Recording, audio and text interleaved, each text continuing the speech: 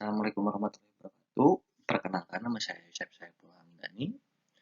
Saya dari Prodi Manajemen, mahasiswa STEMBI. Nomor NPM saya 101200089B. Di sini saya akan membacakan tentang hasil resume saya. Jadi kita langsung saja di materi 6, yaitu yang ke-1, mentauhidkan Allah. Hidup mulia hanya akan diraih apabila seorang hanya berwala atau loyal dalam kurung kepada satu Tuhan yang Maha Esa, sempurna, yaitu Allah Subhanahu wa Ta'ala, dengan pemahaman akidah yang benar dan suatu yang bisa dijadikan yang diajarkan oleh Rasulullah SAW tentang zat. Nah, kalau zat, esensi Allah Ta'ala adalah zat yang maha sempurna. Dia berbeda dengan semua makhluk ciptaannya. Tidak ada sesuatu pun yang setara dengannya. Allah Subhanahu wa Ta'ala mempunyai zat, tetapi kita tidak boleh memikirkan zat Allah, karena kita tidak akan mampu mencapai pikirannya,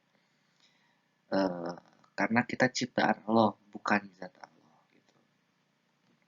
Zat Allah itu jauh lebih besar dari yang bisa digambarkan oleh akal manusia. Gitu. Lebih besar di sini harus menggunakan pemahaman yang sangat bijak.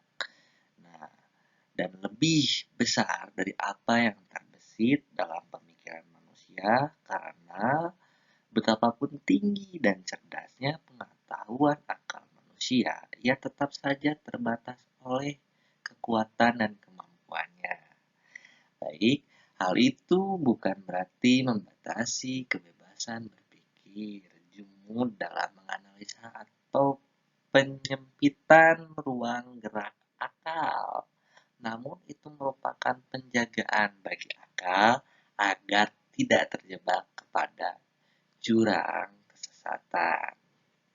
Mengenai sifat, berikutnya as-sifat atau sifat dan al-asma, yaitu nama-nama. Allah Ta'ala adalah sifat dan asma yang maha sempurna.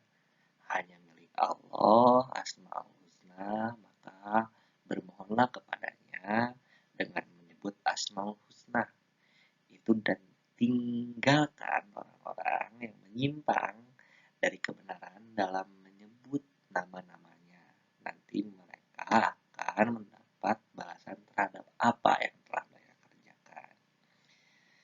Nah, mengenai nama-nama, dialah Allah yang tiada Tuhan selain Allah, selain Dia.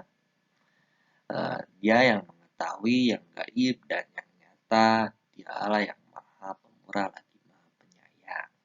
Dialah Allah yang tiada Tuhan selain Dia, Raja yang maha suci, yang maha sejahtera, yang mengaruniakan keamanan, yang maha memelihara, yang maha perkasa, yang maha kuasa, yang memiliki segala keagungan. Jadi segala kebaikan hanya milik Allah. Maha suci Allah dari apa yang mereka persekutukan.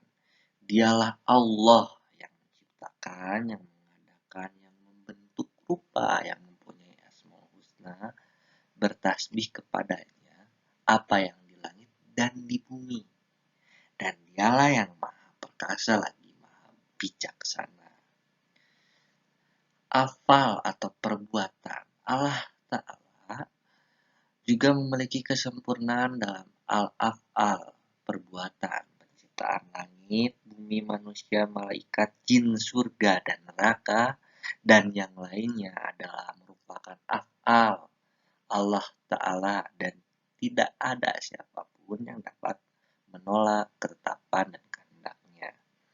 Kesadaran akan kemampuan Allah Ta'ala yang tak tertandingi dalam azat atau esensi atau asifat dalam sifat atau al-asma, nama-nama, dan al-af'al, perbuatannya, inilah yang menumbuhkan kesadaran at-tauhid.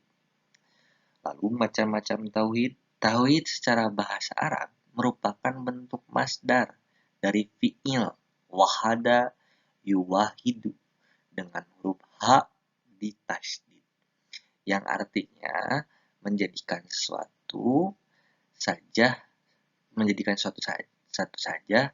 Syekh Muhammad bin Shalih Al-Utsaimin berkata, makna ini tepat kecuali diikuti dengan penafsiran, yaitu menafikan segala sesuatu selain sesuatu yang kita jadikan satu saja, kemudian baru menciptakannya.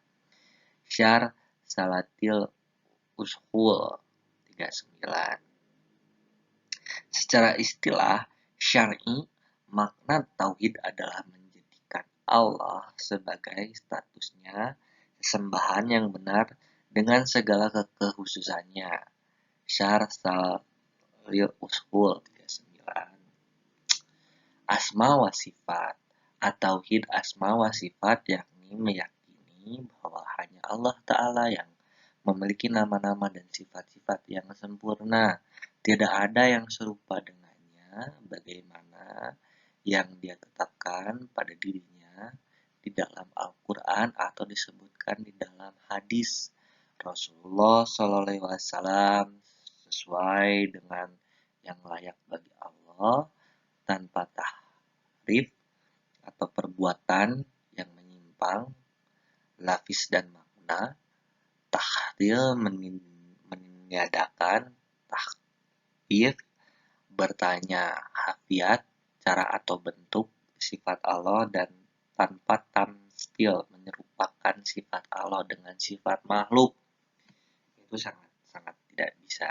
Lalu ada rubiyah. Tauhid rubiyah adalah mentauhidkan Allah dalam kejadian-kejadian yang hanya bisa dilakukan oleh Allah Subhanahu wa Ta'ala, serta menyatakan dengan tugas bahwa Allah Ta'ala adalah Rob, Raja dan Pencipta semua makhluk, dan Allah yang mengatur dan keadaan mereka. Al-Jadid Syarh Kitab Tauhid 17. Tauhid rububiyah bisa diartikan pula dengan mengesahkan Allah dalam hal penciptaan, kepemilikan, dan pengurusan. Mulkiyah. Tauhid mulkiyah yakni merupakan Allah sebagai satu-satunya pemimpin, pelindung, dan yang berhak menetapkan aturan hukum. Sebagai seorang mukmin, kita harus meyakini bahwa Allah Subhanahu wa Ta'ala adalah yang menguasai seluruh kerajaan langit dan bumi. Allah adalah pemilik dari segala kerajaan. Tauhid mulkiyah menuntut kita agar menjadikan Allah sebagai satu-satunya pelindung, penolong, pemimpin, pembuat hukum, dan pemerintah. Oleh karena itu, seorang mukmin yang telah memahami tentang tauhid mulkiyah ini sudah semestinya tidak menjadikan orang kafir sebagai pemimpin, membuat hukum yang bertentangan dengan hukum Allah, melanggar perintah-perintah dan larangannya. Gitu. Nah, lalu ada tauhid uluhiyah, menuntut kita agar menjadikan Allah sebagai ilah kita atau sembahan yang berhak disembahkan oleh kita, tidak menyembah taghut dalam segala maknanya, menghadap diri kita kepada wajah Allah saja, menghinakan diri hanya di hadapannya. Ketika mengikrarkan la ilaha illallah, seorang seyakin-yakinnya bahwa tidak ada Tuhan selain Allah, tidak ada yang dicintai dan dituju selain Allah Subhanahu wa Ta'ala, Raja yang ditaati dan disembah. Bila demikian diyakini seorang, pada saat itulah ia merasakan kehidupan yang baik yang Allah janjikan kepada orang-orang yang beriman dan beramal soleh. Rangkuman kalimat la ilallah saya rangkum. Sikap ketauhidan sebagaimana tersebut di atas terangkum dalam satu kalimat La ilaha illallah, tiada ilah selain Allah. Inti kalimat ini adalah ikhlas, yakni melepaskan diri, menjauhi taghut, dan beribadah hanya kepada Allah saja. Dalam istilah akidah disebut al-wala wal bara, maka seorang muslim yang hidup di bawah naungan tauhid adalah mereka yang menjadikan Allah sebagai